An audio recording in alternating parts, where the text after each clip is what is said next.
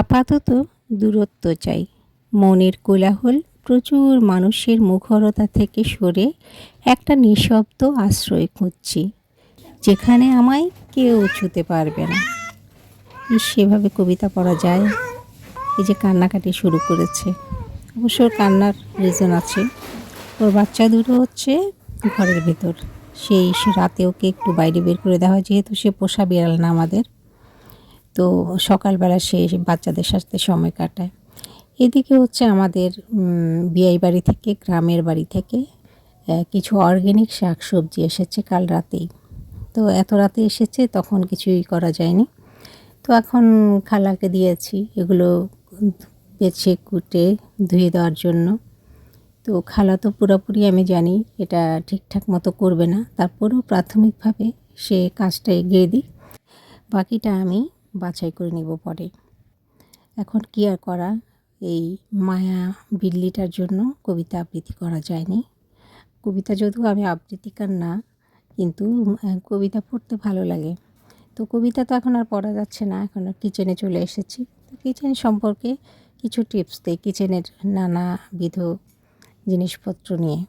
যেমন সাদা মোজা ধোয়ার জন্য গুঁড়ো সাবানের সঙ্গে 1 চা চামচ সিরকা ভিনেগার মিশিয়ে নিন, এতে আপনার সক্স বা মোজা ভালো থাকবে। ওয়াশিং মেশিনে কাপড় ধোয়ার সময় ওয়াশিংয়ের পাউডারের সঙ্গে 1 চামচ বরিক পাউডার মিশিয়ে দিন, এতে ধোয়ার পর কাপড় সব একসঙ্গে জটলা পাকাবে না। সাদা কাপড় থেকে হালকা কোনো দাগ তোলার জন্য কাপড় ধোয়ার পর 2টি পাতিলেবুর রস আধা বালতি পানিতে মিশিয়ে ভেজা কাপড় দিয়ে ডুবিয়ে নিন। 10 মিনিট পর তুলে নিংড়ে মেলে দিন। বল পেনের দাগ কাপড় থেকে তুলতে চাইলে কাঁচামরিচের রস ঘষে ঘষে দাগের উপর শুকিয়ে নিন, তারপর গুঁড়া সাবান দিয়ে কাপড় ধুয়ে নিন, দাগ চলে যাবে।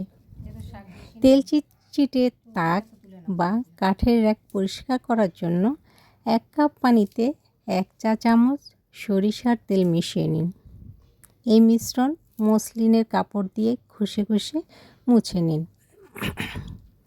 তারপর চমৎকার হয়ে উঠবে। ওয়াশ বেসিন বা সিল্ক বেসিন পরিষ্কার করার জন্য খানিকটা ফ্ল্যাট সোডা, যেমন কোক, পেপসি ইত্যাদি ঢেলে নিন। 5 মিনিট পর মুছুন, দেখবেন কেমন নতুনের মতো চকচকে হয়ে উঠেছে। শাকগুলোকে বাছাই করে নিয়ে আবার আমি একবারে এত শাক তো খেতে পারবো না, সবগুলো শাককে একটু হাফ বয়েল করে নিয়ে একটা ভেজে নেব, বাকিগুলো বক্স করে ফ্রিজে